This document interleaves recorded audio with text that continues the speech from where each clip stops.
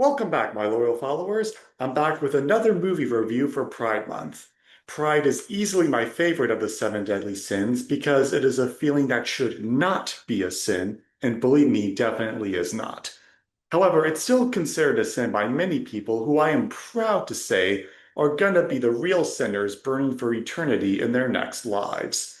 And in other happy news, I recently saw a movie that dives delicately into the delicate subject of pride, and it has the perfect horror movie allegory to discuss it. That being the Adrian Chiarella movie, Leviticus. The Australian horror romance centers around a boy named Name, played by Joe Bird. He's secretly in a relationship with another boy named Ryan, played by Stacey Clausen. When Name stumbles upon Ryan with another boy from school, Name outs both of them to a couple of parents. The community then turns to a preacher who uses a strange ritual involving a lighter to set a curse on the two boys. Name later discovers there's some invisible force after Ryan, which might be connected to a series of violent deaths involving LGBTQ members in the area. The biggest strength of this movie is easily the monster system, because it has a simple yet interesting set of rules and terrifically represents the struggle many LGBTQ members face when growing up, especially the religious households.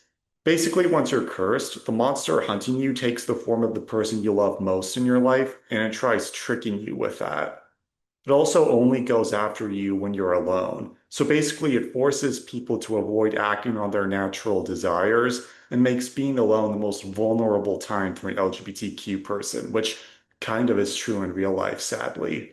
This is probably one of the deepest and most poetic monster systems I've seen created since the movie It Follows.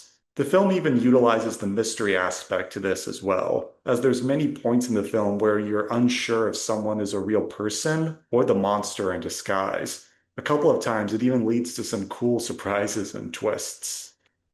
Two things to note. There is an animal death scene at the beginning where a snake eats a frog, and there's also a sexual scene between two characters that tends to go on a bit longer than it really needs to, and actually, you know what? It's Pride Month, goddammit. I'll let this movie have a pass. Good for you, movie.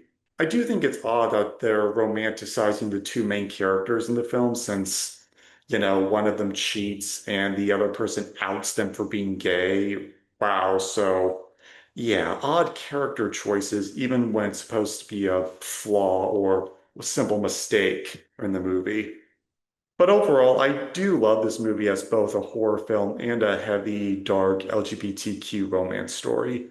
It's got a terrific, heartbreaking setup, followed by a beautifully bittersweet ending. I'll give this film 8 spider legs. It uses its legs to stand strong in support of pride, even at a time of horrific hatred. So that's my review of Leviticus. Did you agree or disagree?